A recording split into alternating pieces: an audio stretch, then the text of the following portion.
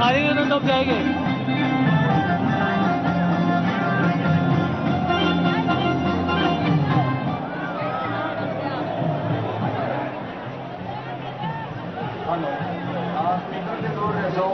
तो मोदी का काफिला जो है वो वडोदरा से निकल पड़ा है। अब से बस कुछ देर पहले वो रूबरू हुए। उन्होंने अपने इस उपलब्धि को जो है देश के साथ जोड़ा। उन्होंने ये भी कहा कि किस तरह से वडोदरा की जो जनता है उन्होंने देश का बनाकर रख दिया है। सबको साथ लेकर चलने की बात भी नरेंद्र मोदी ने कही अपने इस भाषण में। यह संबोधन सिर्फ वडोदरा के लिए नहीं था। वो दावा यह भी कर रहे थे कि रिकॉर्ड मतों से वो जीते हैं, जो अपने आप में एक रिकॉर्ड है, कीर्तिमान है। और यहां पर आप देख सकते हैं भाषण खत्म होने के ठीक बाद, और यही नहीं, उन्होंने ये भी कहा कि सरकार एक पार्टी की नहीं पूरे देश की है। देश को भरोसा उन्होंने दिलाया कि सब साथ मिलकर चलेंगे। बहुमत तो मिल गया है, मगर सब साथ होंगे तभी देश तरक्की करेगा। सरकार के लिए न कोई अपना न पराया, अपने आप में ये संदेश देने की कोशिश भी नरेंद्र मोदी अपने इस भाषण के जरिए करते रहे। विरोधियों को भी साथ लेकर चलेंगे। देश चलाने के लिए सबको साथ लेना जरूरी। संविधान का पूरी तरह से पालन होगा, ऐसा नरेंद्र मोदी ने भी दावा किया है। राजनीतिक पंडितों को भी नरेंद्र मोदी ने याद दिलाया, आजादी के बाद पहली बार बहुमत वाली गैर कांग्रेसी सरकार। तो बीजेपी जो है पहली बार कांग्रेस के बाद कोई ऐसी पार्टी है जिसने इस तरह से बहुमत हासिल किया है।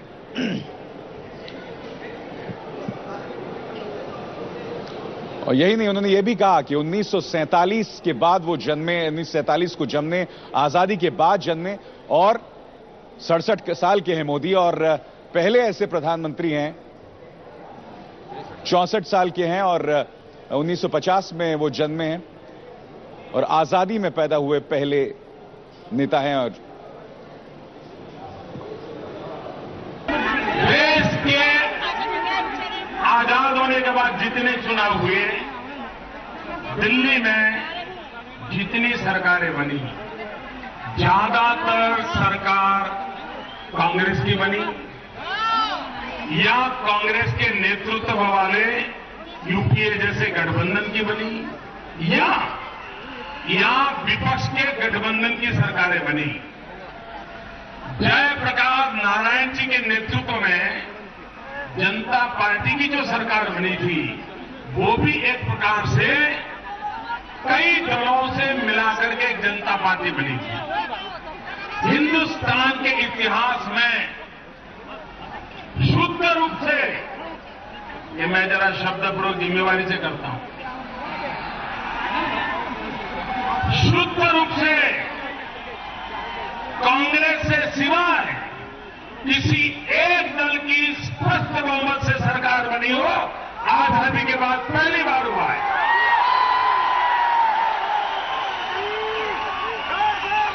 मैं नहीं जानता हूं पॉलिटिकल पंडितों का इस पर ध्यान गया कि नहीं गया। भाइयों बहनों, आजादी के बाद जनता पार्टी भी इमरजेंसी में कई दलों को मिलाकर के एक प्लेटफॉर्म बनाया गया। ये पहला चुनाव है जो शुद्ध रूप से सन 52 से कांग्रेस की विचारधारा के खिलाफ लड़ाई लड़ने वाला, राष्ट्रवादी विचारधारा को लेकर के चलने वाला, एक वैचारिक अधिष्ठान पर खड़ा हुआ दल इस चुनाव के मैदान में हिंदुस्तान की जनता के आशीर्वाद पाने में सफल हुआ। और नरेंद्र मोदी ने भी कहा कि अपना कर पराया कोई नहीं होता और सबको साथ लेके चलने की जरूरत है।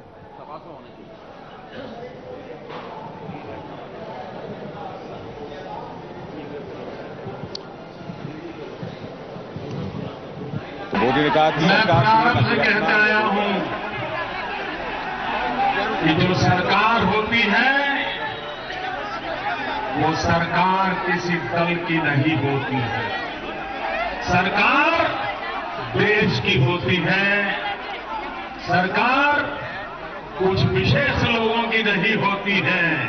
सरकार 125 करोड़ देशवासियों की होती है। सरकार किसी एक भूभाग की नहीं होती। सरकार आज सेतु हिमाचल से लेकर के कन्याकुमारी तक और कच्छ से लेकर के कामरूप तक पूरे हिंदुस्तान की होती है। सरकार के लिए न कोई अपना होता है, सरकार के लिए न कोई पराया होता है। तो आपको बता दें, हमारे साथ आम आदमी पार्टी नेता योगेंद्र यादव जुड़ गए हैं। योगेंद्र जी, स्वागत है आपका एबीपी न्यूज में। पहला सवाल, अगर आपने नरेंद्र मोदी को सुना होगा तो उन्होंने कहा कि सरकार के लिए कोई अपना पराया नहीं होता। नरेंद्र मोदी की, जिसकी वजह से विवादों में भी रहे, क्या यहां पर वो भरोसा जतलाने की कोशिश कर रहे थे और कितने सफल हुए आपके हिसाब से?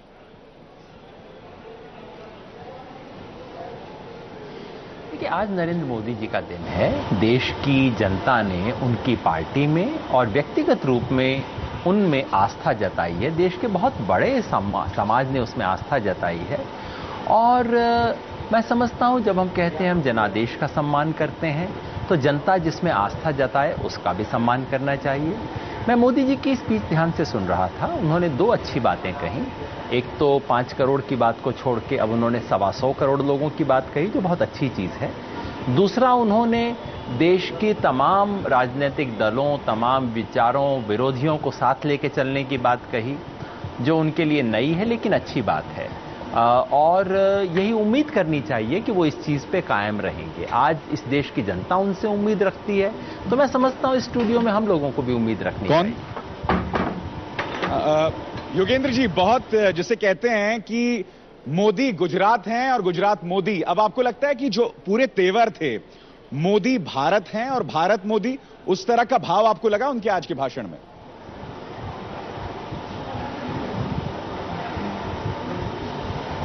मैं उनका चेहरा नहीं देख पा रहा था, केवल मैं बॉडी लैंग्वेज नहीं देख पा रहा था, केवल आपके इस ईयरपिन से इस आवाज सुन रहा था। मैं समझता हूं कि जैसा मैंने कहा, आज उनका दिन है और वो जो बात कह रहे हैं उसको फेस वैल्यू पे एक्सेप्ट करना चाहिए। अगर वो कह रहे हैं कि वो अपने विरोधियों को लेके चलना चाहते हैं, पूरे देश को साथ लेके चलना चाहते हैं, तो आज हमें उस बात पे विश्वास करना चाहिए।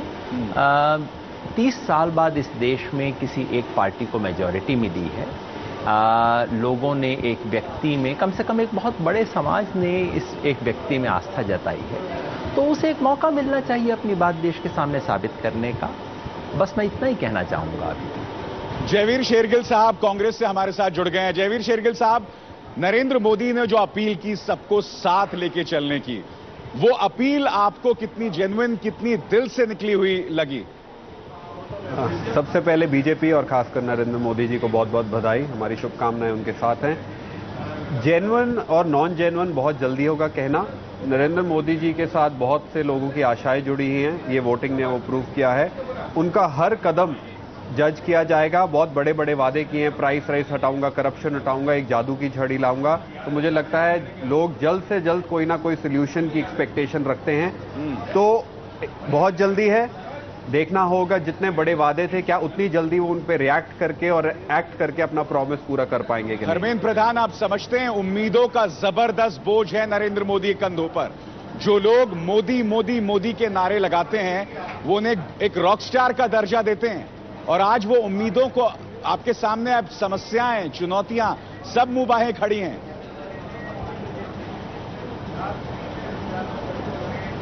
देखिए, हम पूरा जिम्मेवारी के साथ उस चुनौती को स्वीकार करते हैं।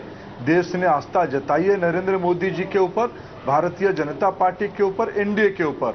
हम पूरा उस उम्मीद से खरा उतरने का पूरा विनम्र प्रयास करेंगे। और ये विजय देश की जनता की विजय है, देश की आकांक्षाओं की विजय है।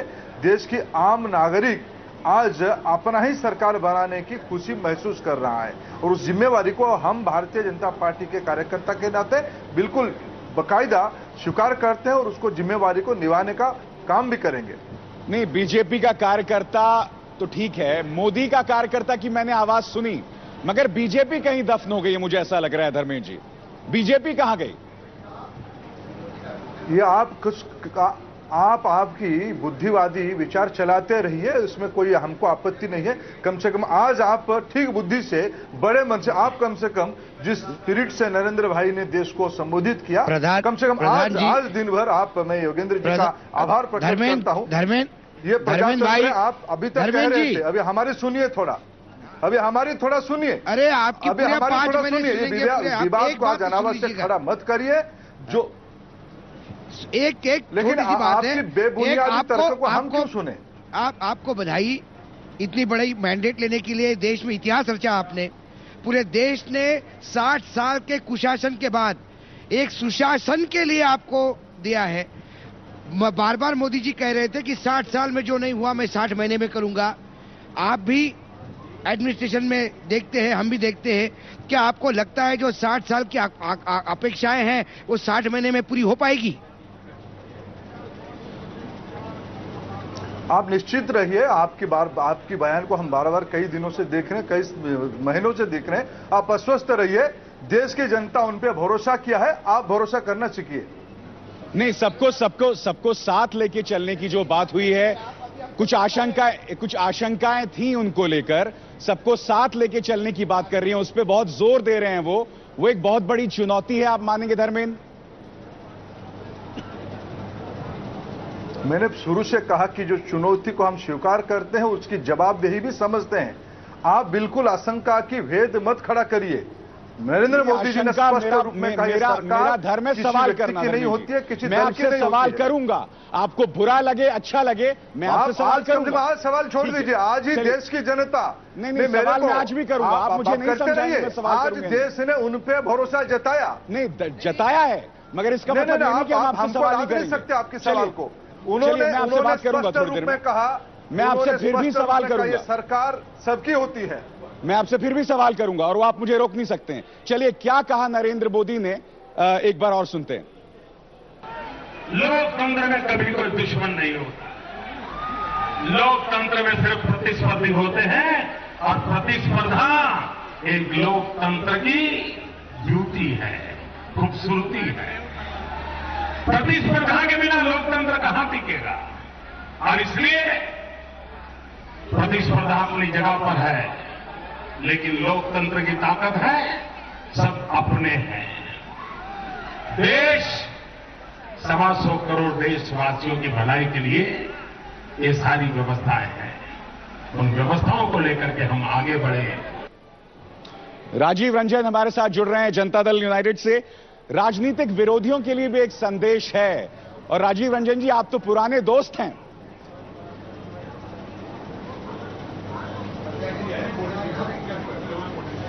देखिए, आज तो ये निश्चित तौर पर इस बड़े चुनावी मैराथन का क्लाइमेक्स है, और भारतीय जनता पार्टी के पास गर्व करने का ये एक विषय है। और देश जिस तरीके का जनादेश देश ने दिया है, हम सब इस जनादेश का स्वागत करते हैं।